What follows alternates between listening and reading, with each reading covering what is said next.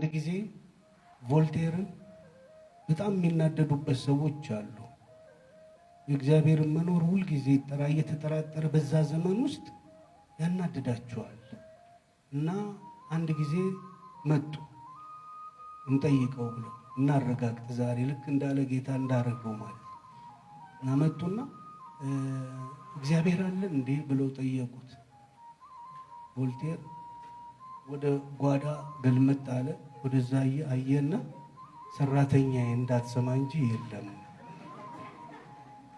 ሰራተኛው ከሰማችሁ የእግዚአብሔር አለመኖር ለሷ ከተመሰከረላት መርዝ አርጋም ብትገለው ሀብቱን ለመውረስ ብትሞክር ምንም ተከላካይ የላትማ።